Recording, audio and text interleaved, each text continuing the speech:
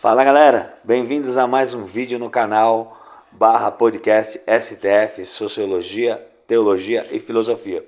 Eu sou o Emerson Marques e no vídeo de hoje falaremos sobre divórcio. Você já é inscrito no nosso canal? Se você não é inscrito, se inscreve, curte, compartilhe com seus amigos. Segura a nossa vinheta.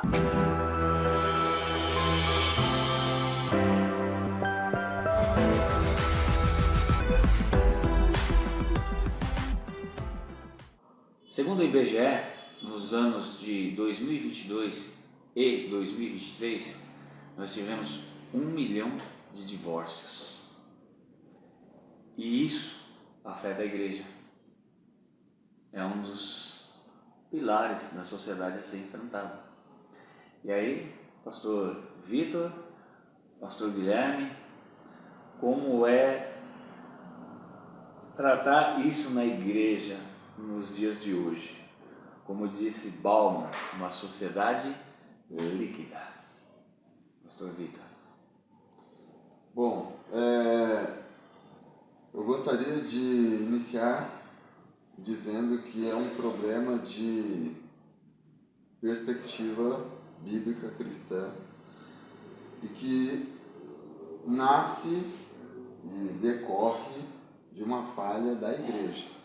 Então, o que nós vemos na sociedade acaba sendo uma falha da igreja. Você trouxe o aspecto aí, dados IBGE, estatística. Nós tivemos o período da pandemia. E muitos casais se separaram, a explicação que tivemos, porque eles tiveram que conviver juntos. O grande problema foi ter que conviver juntos. Porque antes, cada um seguia a sua vida, rotina de trabalho, às vezes encontros sociais. A pandemia forçou toda a família a realmente conviver 24 horas por dia dentro da mesma casa. E muita gente acabou não suportando, eu estou dando a justificativa, né, Sim, que foi apresentada. Não suportando, não conseguindo lidar, assim, quem é essa pessoa com quem eu sou casado, sabe? E é como se tivessem voltado à fase do namoro, de conhecer o cônjuge. Então, houve um choque, um conflito. Um outro dado, uma outra perspectiva, são de casais mais velhos, aí lá na fase dos 40, 50 anos, que os filhos já foram criados, já saíram de casa, e aí é o que a psicologia inclusive chama de a síndrome do ninho vazio. Os casais estavam juntos por um propósito, que eram os filhos. Aí o filho, as crianças cresceram, saíram de casa, aí um olha pro outro. Não se conhece mais. E agora? O que a gente faz? Eu nunca cheguei nessa parte do jogo, né? E agora? Mudou a fase. Tô brincando, ilustrando. Sim, aqui, mas... E aí eles falam, não tem mais por que vivermos juntos. E aí assim, nos tornamos no máximo amigos, então cada um acaba seguindo o seu caminho e o relacionamento simplesmente acaba. Lamentável, triste. Vamos ouvir o pastor Guilherme. A família é a primeira instituição feita por Deus, né? Então Deus, na suma da sua criação, faz o homem e vê que não é bom que o homem fique só. E diz o texto que o Senhor fala a Adão que faria uma ajudadora a ele. Então a família é uma instituição e é a primeira instituição que nós vemos aqui na Bíblia Sagrada, logo nos primeiros capítulos de Gênesis. A gente vê que todos os pilares que regem a sociedade emanam dessa instituição. E quando essa instituição é ferida, ela subsequente afeta todos os outros pilares que regem a sociedade. Por causa disso eu vejo que quando a pessoa ela é bem estruturada, bem casada, ela tem uma boa família, né, como a gente costuma falar, a gente vê que essa pessoa ela vai bem no trabalho, ela vai bem nas coisas seculares que ela faz, no seu convívio em sociedade. porque ela tem essência familiar, estrutura familiar. É diferente quando você pega uma pessoa que foi abandonada e ela, por falta de estrutura, acaba assim, tendo certas dificuldades em lidar com os problemas da sociedade, né? Então, a família, ela é o pilar estrutural da sociedade. E quando a gente olha aí para o nosso quadro, a gente vê que a família está sendo brutalmente atacada, né, por ideologias de gênero e por aí afim. Então a gente olha assim para a família como algo precioso, como algo feito por Deus, instituído por Deus, que rege todos os parâmetros da sociedade. Quando acontece um divórcio, quando acontece uma separação, os filhos são afetados, as famílias são afetadas, há separação, há divisão, há contendas, há secções, partidos e por aí vai. Então, o divórcio, em suma, ele é um dano brutal para a família. Isso não há dúvida. E diz o texto em Malaquias 2,16, o Senhor do céu dizendo: eu, o Senhor, abomino o divórcio. É um repúdio, é algo repugnante aos olhos de Deus o divórcio, a separação, porque subsequente ao divórcio traz todos os devidos problemas que são subsequentes a esse ato. Aquela famosa frase no casamento, até que a morte os separe. Até o casamento hoje mudou, né? Se a gente for olhar a forma do casamento, né? A gente tem aquele até que a morte os separe, mas hoje as pessoas não estão mais optando, às vezes, por um casamento religioso ou, às vezes, meramente um civil, né? Mas vocês já passaram por essa experiência? Vocês conhecem alguém? Eu vou depois compartilhar aqui e desde já quero agradecer aos pastores que, assim, nos responderam, compartilharam das suas experiências. Tem umas experiências aqui que a gente, assim, né, fica chocado, né? Mas enfim, já compartilharam? Você já sentiu essa experiência na igreja de vocês? Como é que é? Eu nunca tive a experiência de tratar, de atender um casal em fase de separação e divórcio. Nunca. Claro que nós conhecemos histórias, mas eu particularmente nunca tratei. Também nunca tratei, né, a ponto do divórcio. Agora, brigas conjugais, desentendimentos, e a gente sempre busca reconciliação, né, e graças a Deus, assim, até o momento fora realizado, né, então, a ponto de acompanhar um divórcio, graças a Deus, ainda espero que não tenha que passar por essa experiência, porque é algo de partir o coração realmente. Os pastores que puderam responder aí, no final, assuma, de todo o processo, pergunte, qual foi o seu sentimento? Com certeza o sentimento daquele pastor é de dever não realizado, de fracasso, frustração, né? Porque é algo realmente que traz tristeza ao coração de Deus, à família e a todos os envolvidos. O Emerson citou o que nós falamos, inclusive, né, humanamente no secular, até que a morte nos separe. A Bíblia nos diz que Deus uniu, não separa o homem. Né? Então, daí vem a essência, que até que a morte os separe. E também a orientação bíblica, né, lá em 1 Coríntios 7, o apóstolo Paulo ele é bem claro que o homem está ligado à lei da mulher até que ela viva.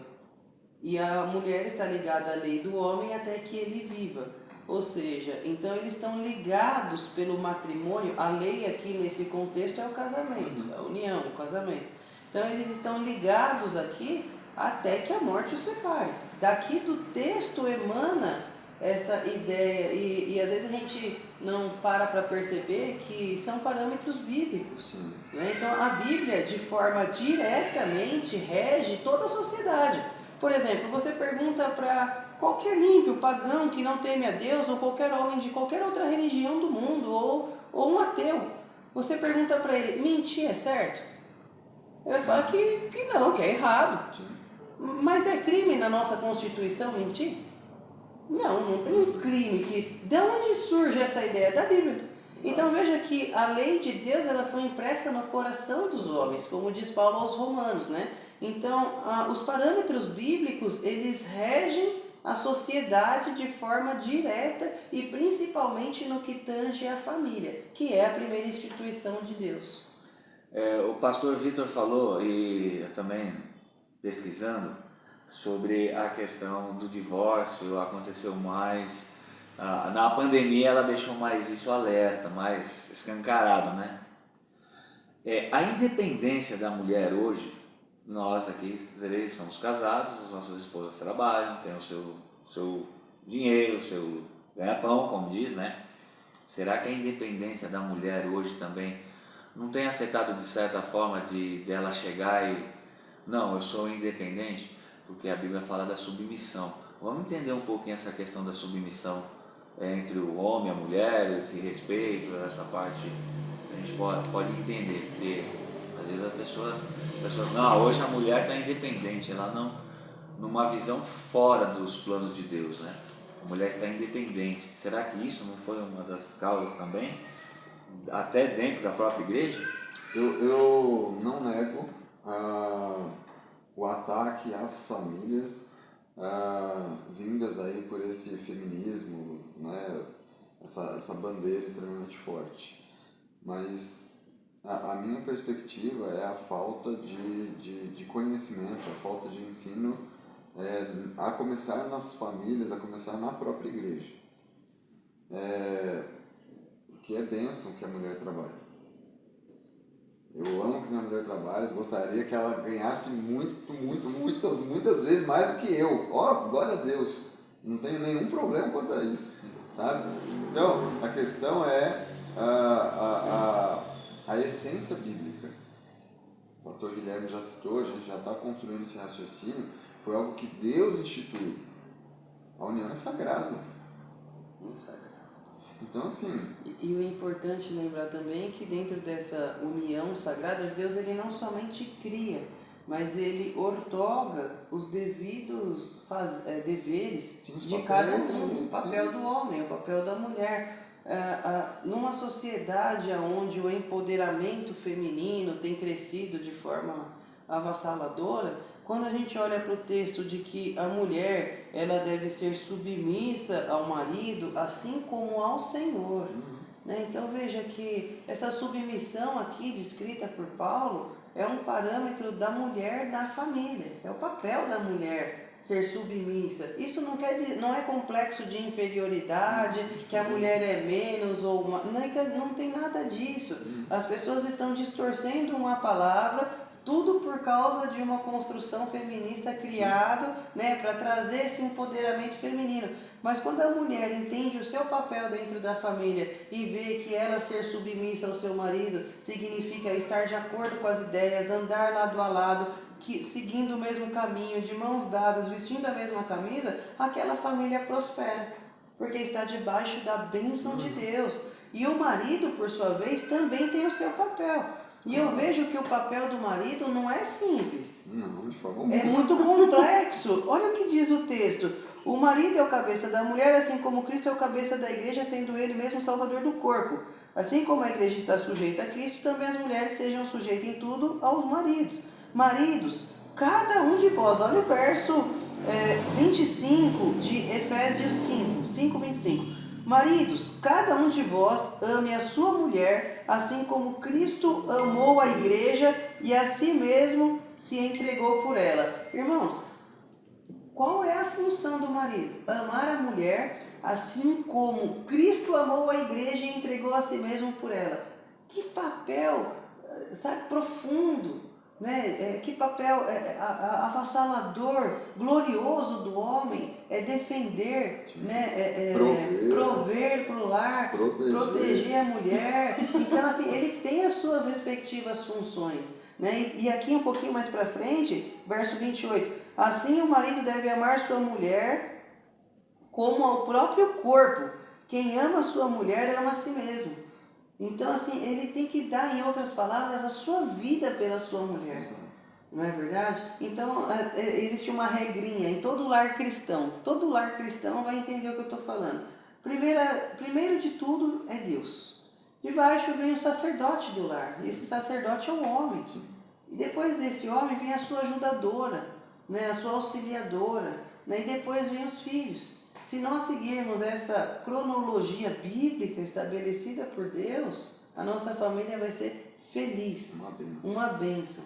Eu tenho uma situação aqui, eu gostaria já de agradecer ao pastor, eu não vou expor o nome dele, nem igreja nem nada, mas ele deixou uma pergunta e uma situação que ele lidou por um tempo na igreja.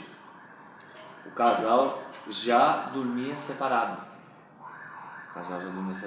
Eles estavam só ligados pela igreja, né, aquele aspecto da igreja, inclusive a igreja não sabia, depois ficaram sabendo que se separaram, mas assim, ele teve que lidar com a situação de o casal não dormir mais na mesma cama.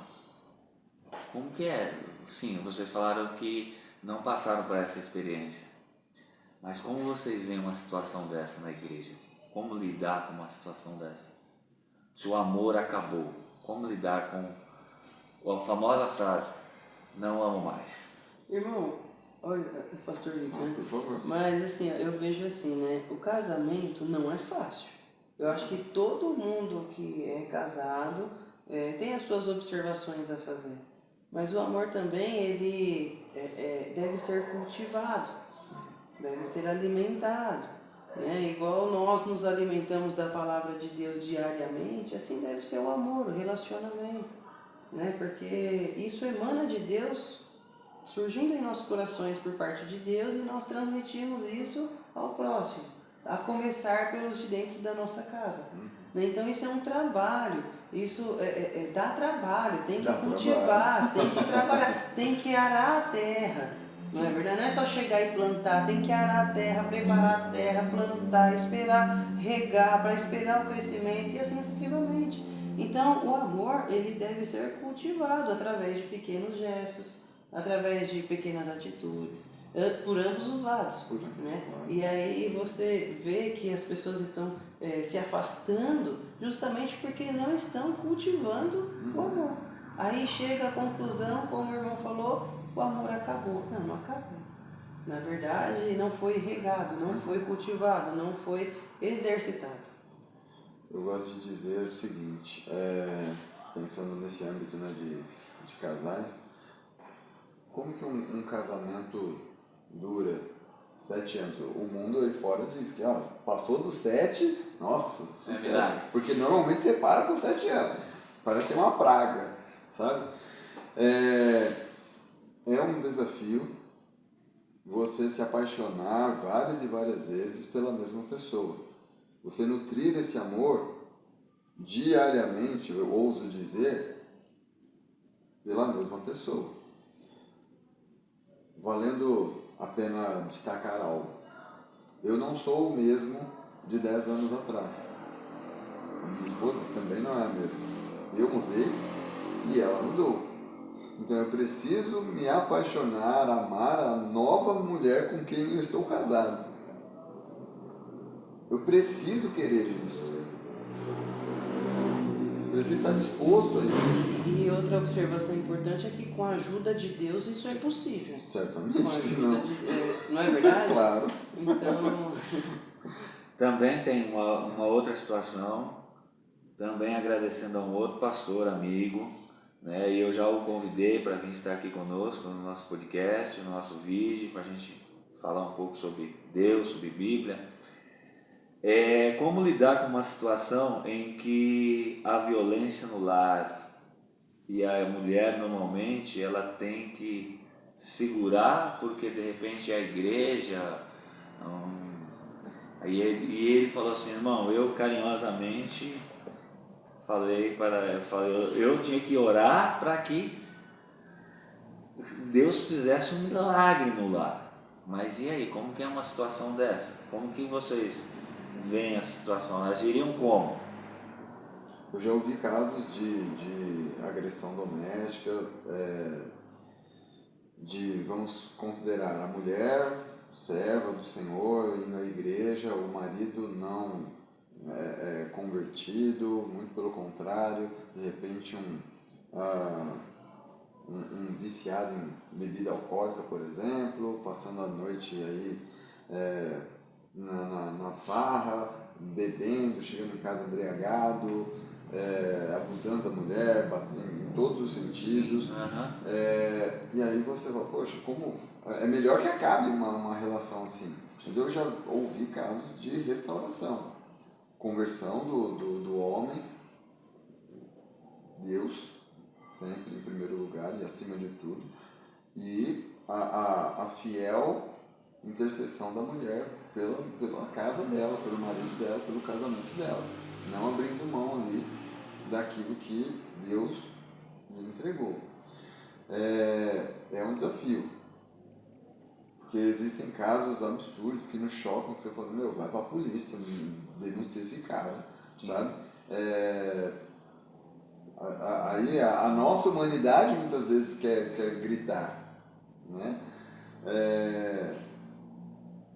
Poxa, um homem batendo numa mulher, e não é qualquer mulher, é a esposa dele, sabe? E muitas vezes crianças, né, ali vendo, às vezes querendo proteger a mãe, apanhando junto.